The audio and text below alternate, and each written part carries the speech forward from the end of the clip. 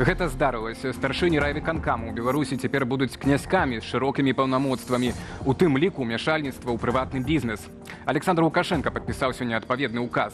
Вашай увазе галоўнае навіны пятніцу. У студыі аб'ектыву працуе Олесь Залеўскі. Шчыра вітаю спадарства і, калі вам бяспечна, заклікаю падтрымаць нашу трансляцыю лайкам ці каментаром. Загадзя дзякуем і паехалі. Для сябе і нашчадкаў. Таму давайте захоўваць гэтыя агеньчыкі, як рабілі нашыя продкі. Беларусы адзначаюць дзень роднай мовы. Спецыяльнае ўключэнне з конкурсу дэкламатараў. Масавы падзеж быдла ў Беларусі. Держи этих коров, как дойных. Лукашенко вучыць, як каровам перазімаваць. Далёкая бедная дуга. Вялікай перспектывы для пашырэння гандлю тут цяжка знайсці. Што Галоўчынка прывязе беларусам з Уганды? Гэтая тэма неўзабаве, а пачынаем выданне з глобальных падзеяў, якія наўпрост датычаць і Беларусі. Французскі прэзідэнт Эмануэль Макрон рыхтуецца да сустрэчы з Дональдом Трампам і спрабуе пераканаць яго быць рашучым з Пуціным. Владзімір Зеленскі працягвае дамагацца падтрымання Захаду, але між Кіевам і Вашынгтонам узніклі спрэчкі наконт рэдказямельных мінералаў. Тым часам, пасля рэзкай крытыкі Зеленскага з боку Трампа, спецпасланнік апошняга Кіт Геллак назваў украінскага прэзідэнта адважным і байцовым лідарам. Што адбываецца і якіх вынікаў амерыканска-расійскіх перамоваў апасаецца Александр Лукашенко, ведае Руслан Ігнатович. Прэзідэнт Францыі Эмануэль Макрон пацвердзіў сустрэчу з Дональдам Трампам у Вашынгтоне на наступным тыдні. Французскі лідар мае намер пераканаць амерыканскага калегу, што інтарэсы ЗША і Францыі супадаюць. Украінскі прэзідэнт быў абраны праз свабодныя выбары ва ўкраіне. Больш за тое, ён зусім не быў фаварытам. Я памятаю гэта. Як быццам гэта было ўчора. Гэта прэзідэнт абраны ў вольнай сістэме. Гэта не той выпадак, што з Уладзімірам Пуціным, які знішчае сваіх апанентаў і даўно маніпулюе сваімі выбарамі. На жаль, гэта не адзінкавы выпадак у свеце. Паміж Зеленскім і Макронам напярэдадні адбылася асабістая тэлефонная размова. Тады ж прэзідэнт Украіны правёў перамовы з кіраўнікамі Даніі, Нарвегіі, Фінляндыі і Канады. Вялікая Брытанія і Нарвегія – дзве еўрапейскія дзяржавы, якія надаюць Украіне значную вайсковую дапамогу. Мы будзем працягваць гэта рабіць і ўзмацняць нашае падтрыманне. Сёння мы якраз абмяркоўвалі, якім чынам гэта рэалізаваць. Мы ведаем, што Расія хоча падзяліць Захад у пытанні падтрымання Украіны. Яна спрабуе дэстабілізаваць нас праз розныя гібридныя пагрозы. Таму важна даваць сігналы, што мы тут, што мы ўкладваем рэсурсы і забяспечваем абарону крытычных рэгіёнаў, як для Норвегіі і Вялікай Брытаніі, так і для ЗША і ўсяго НАТО. Адным з камянёў спатыкнення паміж Зеленскім і Трампам ёсць праект пагаднення пра здабычу рэдказямельных мінералаў ва ўкраіне. Пачатковы варыянт выклікаў сумневы ў Кіева, і Зеленскі адмовіўся яго падпісваць. Але адміністрацыя Трампа прэзентавала новую версію дакументу, якая, паводле выдання Axios, адпавядае патрабаванням украінскага заканадаўства. І поки що ніхто не бачив. Гэтага пагаднення пакуль ніхто не бачыў. Я думаю, што гэта элемент амерыканскай палітыкі. Яны спрабуюць імкліва кавалерыйскім наскокам данесці, што Владзіміру Зеленскаму няма месца ў прэзідэнцкім крэсле. А потым выкладваюць новы варыянт пагаднення, які Зеленскі павінен падпісаць. Ну, ведаеце, у бізнес-працэсах у Трампа такая логіка працавала. Як яна будзе працаваць зараз, прадказаць складана. Адзін з тых, хто можа наблізіць паразуменне паміж Кіевам і Вашынгтонам, спецпасланнік Трампа генерал Кіт Келлах. Ён сустрэўся з Зеленскім 20 студзеня, а сёння ўпершыню публічна пракаментаваў сустрэчу. Доўгі і напружаны дзень з найвышэйшым кіраўніцтвам Украіны, шырокія і пазітыўныя абмеркаванні з Уладзімірам Зеленскім, мужным і адважным лідарам краіны, якая ваюе, і ягонай таленавітай камандай нацыянальнай бяспекі. Сёння амерыканска-расійскія перамовы ўпершыню пракаментаваў Александр Лукашенко. Ён сумняваецца, што Беларусь атрымае выгаду ад імавернай нармалізацыі адносінаў паміж Расіяй і ЗША, бо гэта прывядзе да росту канкурэнцыі беларускіх вытворцаў з заходнімі кампаніямі на расійскім рынку. Руслан Ігнатович, Белсат. У Менску судзяць палітзняволенага журналіста Ігара Ільяша. Працэс адкрыты, справу разглядае Сергей Кацар. Нашаму калегу інкрымінуюць адразу 2 артыкулы крымінальнага кодексу: дыскрэдытацыя Беларусі і спрыянне экстрэмісцкай дзейнасці. Яму пагражае да 6 гадоў зняволення. Падтрымаць журналіста да будынку Менскага гарадскога суда прыйшлі еўрапейскія дыпламаты. Ігора Ільяша затрымалі летась у кастрычніку. Праўладныя тэлеграм-каналы тады пісалі, што журналіст не толькі даваў інтэрв'ю гэтак званым экстрэмісцкім медыям, а і нібыта збіраў звесткі для замежных выведак. Па факце ж даваў каментары ўкраінскім выданням. Ільяш заставаўся ў Беларусі у тым ліку, каб падтрымліваць жонку, журналістку Кацярыну Андрэеву, якую затрымалі ў лістападзе 2020-го падчас стрыму з плошчы Пераменаў у Менску. У лютым 21-го яе пакаралі 2 гадамі зняволення, а затым прысудзілі яшчэ 8 гадоў, нібыта за здраду дзяржавы. Адышла эпоха. Дмітрый Балаба больш не галоўны мапавец Менску. На гэтую пасаду прызначылі 47-гадовага палкоўніка Мікалая Максімовіча. Дасюль, каля 8 гадоў ён працаваў намеснікам начальніка міліцыі грамадскай бяспекі ў сталічнага аблвыканкаму. Імя Мікалая Максімовіча стала публічна вядомым пасля тэлефонных размоваў, якія апублічылі кіберпартызаны.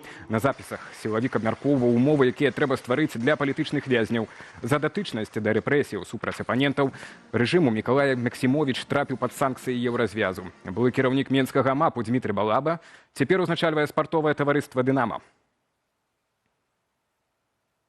Тым часам кіраўнік ураду Роман Галоўчынка з візітам ва Угандзе. Ён сустракаецца з прэм'ер-міністркай і прэзідэнтам гэтай афрыканскай краіны. Чаго шукаў на экватары адзін з топавых чыноўнікаў Лукашэнкі, разбіраўся Ян Федарович. Роман Галоўчынка працягвае вывучаць далёкую дугу. Гэтым разам ён ва Угандзе. Пачаўся візіт Галоўчынкі з сустрэчы з ягонай калегай Рабінай Набанджай. Безусловно, сфера ВПК и безопасности. И мы с надеждой смотрим в будущее. Пасля Галоўчынка сустрэўся з прэзідэнтам 80-гадовым Йоўры Мусевені, які кіруе Угандай ад 1986 года. Господин президент, наши страны очень похожи, имеют практически одинаковый размер территории. Но в Уганде в 4 раза больше населения.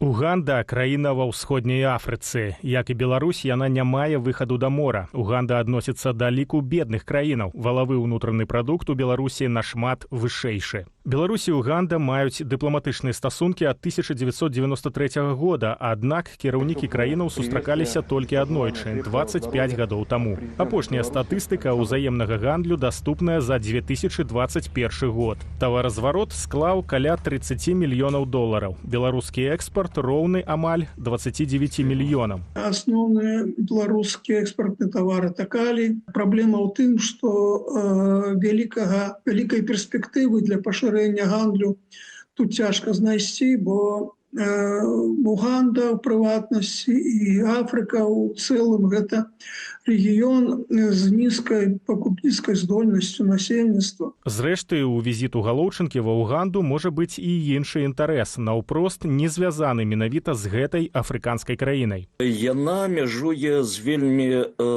цікавай шмат з якіх бакоў краінай, гэта Дэмакратычная Рэспубліка Конга, якая цяпер актыўна прысутнічае ў навінах у такім не надта добрым кантэксце на тэрыторыі суседніх з Руандай правінцыяў Конга дзейнічае паўстанцкая групоўка. На пачатку лютага паўстанцы з групоўкі М-23 захапілі ў аэрапорце кангалескага гораду Гома вайсковыя прылады, у тым ліку запакаваныя БПЛА, надзвычай падобныя да дронаў Беркут ВМ беларускай вытворчасці. Мы не ведаем просто вялікага пласту таго, што адбываецца цяпер у Афрыцы і як там задзейснены вось гэтыя прадстаўнікі беларускага рэжыму. Расія ўвогуле яна ж не грэбуе ніякай магчымасцю пранікнуць на афрыканскі кантынент, замацавацца там. Ну і следам за Расіяй ідзе і беларускі рэжым.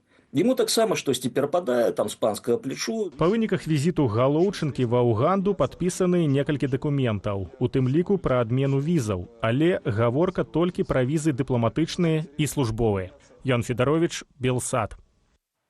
Пяцігодка якасці ёсць, яе вынікаў няма, не бачыць іх нават Лукашенка. Сёння ён наведаў малочна-таварны комплекс Алесіна у Смалявіцкім раёне, дзе разам з чыноўнікамі абмеркаваў, чаму з года ў год у Беларусі мруць каровы. У праблемах сельскай гаспадаркі разбіраўся Андрэй Сульжыц. Кармленне і ўтрыманне быдла ў зімовы перыяд. Гэткаю была тэма выязнога семінару для чыноўнікаў і адмыслоўцаў ад сельскай гаспадаркі ў Смалявіцкім раёне. Праверыць засваенне і прымяненне ведаў паабяцаў асабіста Александр Лукашенко. Обобщите в правительстве все и доложите мне, как прошла зимовка скота. Кому ордена медали, ну а кому противоположно. Понимаете, о чем замысел? Малочна-таварны комплекс Алесіна – адно з паказальных сельгаспрадпрыемстваў. І тут праблемаў менш, чым агулам у краіне. Гэта кіраўнікі аграрных прадпрыемстваў не здаюць на мясакамбінаты маладойных кароваў. Робяць гэта, каб на паперы колькасць галоваў была большая. Держи этих коров, как дойных. А они дают 1, а то пол-литра или вообще ничего молока не дают. Зачем такой скот держать? Зачем вы давите руководителей? Ну, конечно, такой скот держать резонно. Так я у вас и спрашиваю, есть проблемы? Ты говоришь, нет в стране. Аднак нават з прыпіскамі колькасць буйной рагатай жывёлы змяншаецца. Сёлета за першы месяц года толькі ў Віцебскай вобласці колькасць кароваў знізілася на 1000, а статыстыка падзяжу па краіне за мінулы год уражвае. Прокуратура і іншыя наші сілавыя структуры, у тым ліку камітэт дзяржкантролю, шчыра адказвалі на тое, што адбываецца з беларускімі каровамі. Яны мруць у колькасці 140 000 галоў за год. Якія ж асноўныя прычыны падзяжу? Нехватка медикаментов, нехватка тех же банальных там добавок, примиксов и прочего, тем, что можно поддержать без медикаментов скот. Вот это все сказывается, и самая главная причина – это колхозы. У нас нету хозяина на земле. Летась у Віцебскай вобласці спаганяць шкоду за страты аграпрадпрыемстваў узялася пракуратура. У суды падалі 58 пазоваў. Аднак ці можна развязаць праблему прокурорскімі метадамі? Точка втирательства у нас идет на всех уровнях. Начиная от губернатора, он втирает Лукашенко, председатели располкома втирают губернаторам, председатели располкомов обманывают председателей колхозов, обманывают председателей располкомов и так далее. Вот снизу вверх это вот все идет. Пры гэтым на развітанне Лукашенко заклікаў чыноўнікаў рыхтавацца да падаражэння харчовых прадуктаў, але не праз неэфектыўны менеджмент, а праз геапалітычную сітуацыю ў свеце. Андрей Сульжыц, Белсат.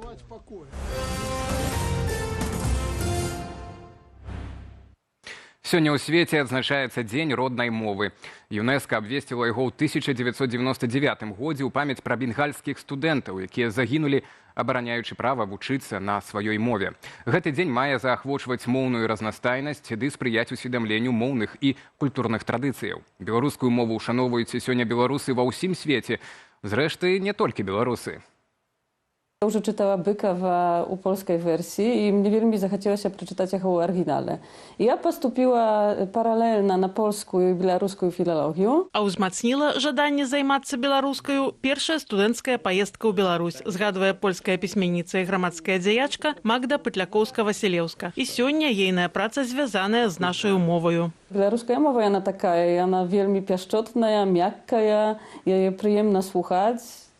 Нібито яна створена для того, каб на ёй распавядаць казкі, спяваць калыханкі і казаць добрыя словы. Дзеці пісьменніцы ведаюць беларускія словы і чакаюць магчымасці паехаць у Беларусь. У нашай жа краіне стан мовы тытульнай нацыі на афіцыйным узроўні штогод пагаршаецца. Беларускай мове адводзяцца такія, ведаеце, нішы, як культура, лапці, вышыванкі, што-нибудь такое. А вось там, дзе нешта сур'ёзных рэчаў датычыць, то дзяржава там прасоўвае рускую мову. Змяншаюцца і магчымасці для навучання на адной з дзяржаўных моваў. Да прыкладу, калі ў навучальным годзе 2005-2006 па-беларуску вучыўся кожны 4-й школьнік, то летась толькі кожны 10-й. Мова знікае з розных сфераў ужытку, ад медыяў да шыльдаў з назвамі вуліцаў. Часам жа яна ўвогуле спрычыняецца да пераследу. Ольга Майорова размаўляе па-беларуску ў калоніі. Это яшчэ за мову таксама є там і кпіны, і шмат яшчэ. То есть гэта дыскрымінацыя нават зноў жа беларускай мовы. Гэта парушэнне Канстытуцыі, але комплексных захадаў абароны ад дыскрымінацыі ў Беларусі няма. Такія парушэнні, про якія не проста чалавек у чымсьці абмяжоўваюць адвольна, але адмаўляюць людзям у частцы іх ідэнтычнасці.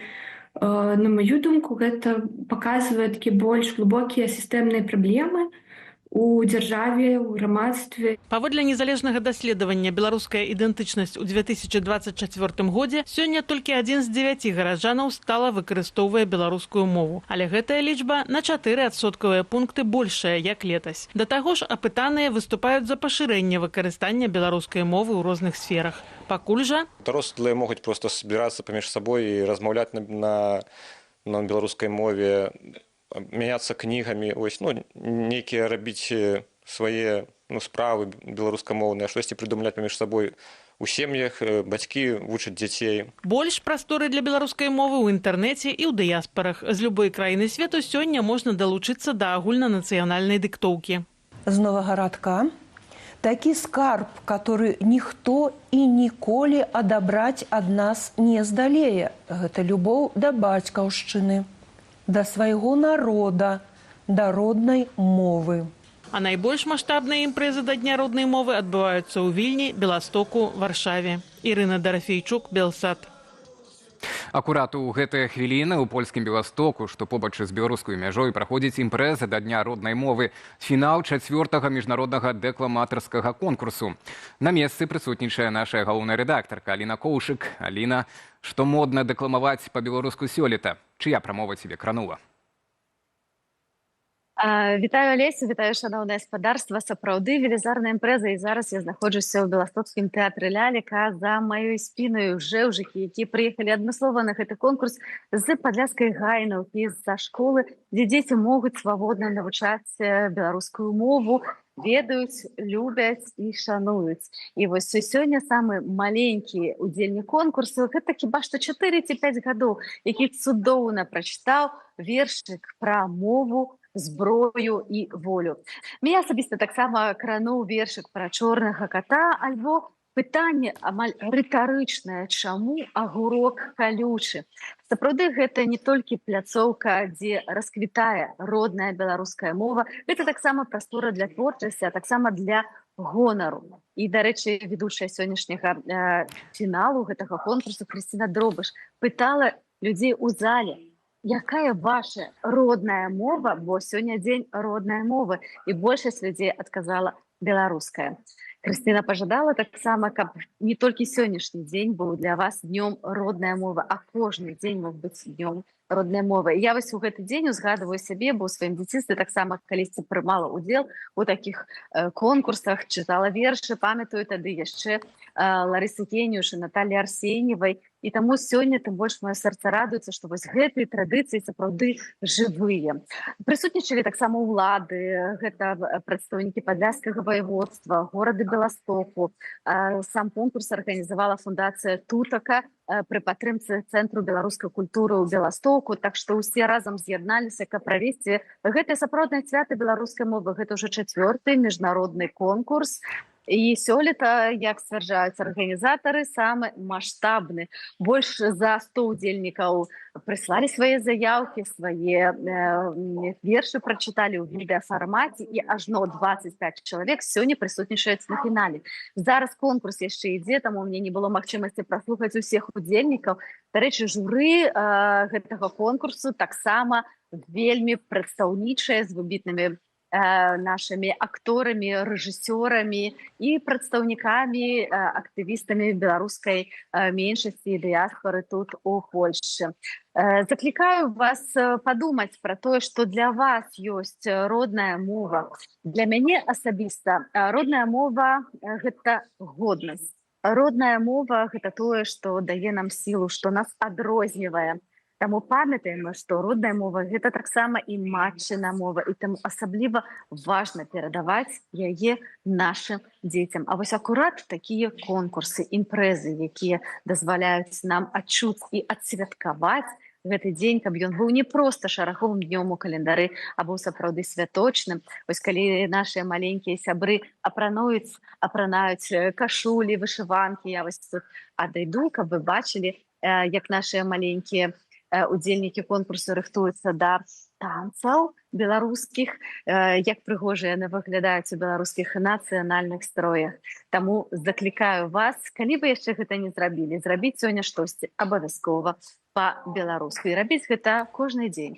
Мне падаецца, нават тое, калі вы будзеце ўжываць хаця бы некалькі беларускіх словаў-маркераў у сваіх штодзённых прамовах, гэта ўжо будзе вялікі крок для захавання і для развіцця беларускай мовы. Дзякуй, калі ласка, прывітання, да пабачэння. Я цябе кахаю. Маленькі крок для чалавечнасці, вялікі крок для падтрымання нашай мовы. Ну і абавязкова чытайце кніжкі і вершы. І калі ёсць магчымасць, абавязкова прымайце удзел у такіх, напрыклад, конкурсах. Таму хто пераможа ў конкурсе, мы пра гэта раскажам, я думаю, заўтра в аб'ектыве, таму што пакуль пераможца яшчэ невядомы. Не перадаю слова ў студыі, Алеся, табе. Так, дзякуй, Аліны. Ну, таксама можна гаспадарству, каб адзначыць гэты дзень роднай мовы, паставіць лайк адзіным навінам па-беларуску і без цэнзуры, так, нашай цяперашняй трансляцыі. Мы застаемся ў тэме. Дзень роднай мовы, нагода павіншаваць адно аднаго, але і памятаць, чаму важна размаўляць па-беларуску. Меркаваннем на гэты конт з намі падзяліліся знаныя беларусы. Шановне господарство, сёння я хочу павіншаваць вас з днём роднай матчынай мовы і нагадаць, што гэта не толькі першы шэраг, першы эшелон нашай абароны, а абарона нам зараз вельмі і вельмі патрэбна, але і вялікая нагода, той трыгер, які вяртае нас да самапавагі і вельмі вялікай любові да сябе. Так што мацуйцеся, ўсё будзе добра. Шановныя гледачы Белсата, віншую вас з днём роднай мовы. У нашы асабліва цяжкія і непрадказальныя часы важна мець нешта, што нагадвае нам, хто мы ёсць і чаго мусім трымацца. У шмат каго з нас сённяшнія выпрабаванні часова забралі радзіму. Але яны не могуць красці ў нас ідэнтычнасць, культуру і мову, толькі калі мы самі ад іх не адмовімся. Таму давайце захоўваць гэтыя агеньчыкі, як рабілі нашыя продкі, і нашчадкі скажуць нам дзякуй. А я зноў таксама гаспадарству нагадаю, калі вам бяспечна вы яшчэ не паставілі лайк у нашай трансляцыі, заклікаю зрабіць гэта цяпер. Яшчэ больш навінаў можна знайсці ў нашым тэлеграм-канале, на які вы можаце перайсці праз QR-код на вашых экранах. А пакуль запрашаю на онлайн агляд найцікавейшых матэрыялаў з нашай старонкі belsat.eu.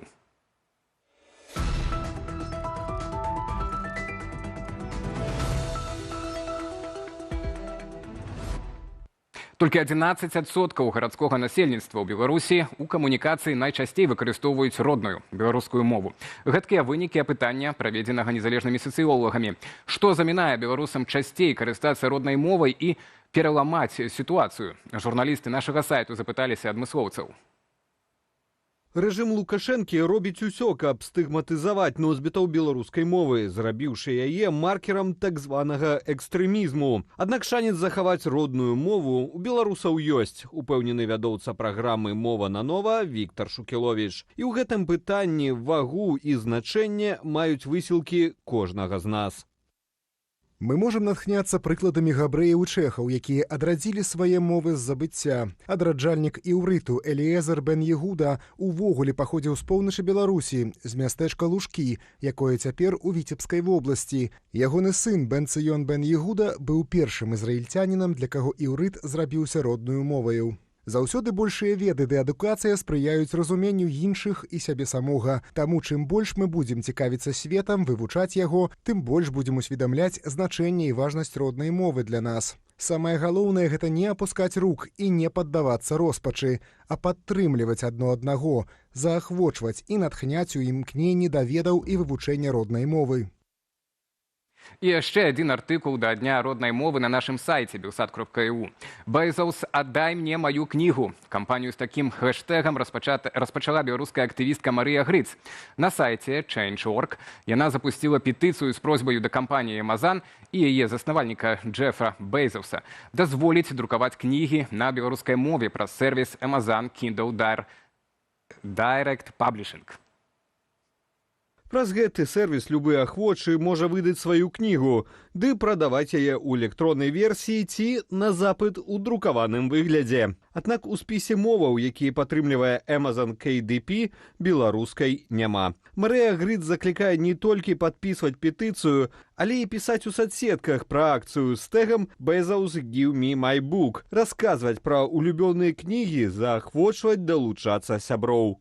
Звычайна на дзень роднай мовы людзі чытаюць вершы ці спяваюць песні, распавядаюць пра свае любімыя кнігі. Гэта класна, але мне падаецца, мы ўжо гатовыя да таго, каб зрабіць нейкі больш грунтоўны крок, якое-небудзь дзеянне, якога мы потым будзем бачыць вынік.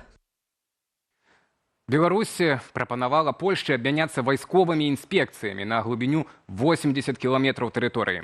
Чаму абраная менавіта такая адлегласць і які сігнал гэткаю прапановаю дасылае Польшчы Лукашенка? Журналісты Белсат.ю на умовах ананімнасці распыталі адмыслоўцу. Эксперт зазначае, што 80-кіламетровая прымежная зона якраз тая адлегласць, якая дазваляе здзейсніць нечаканы напад. Матывы ж такой прапановы выходзяць далёка за межы простай вайсковай супрацы. Гэта яшчэ адна спроба сігналу ад рэжыму Лукашэнкі пра нармалізацыю стасункаў з Польшаю. Як адрэагуюць на яго ў Варшаве? Падрабязнасці на сайце Белсат.eu. На гэтым у нас все. Калі вам бяспечна, калі ласка, падтрымайце нас лайкам ці каментаром. Зычу спадарству ўдалага вечара і беражыце сябе.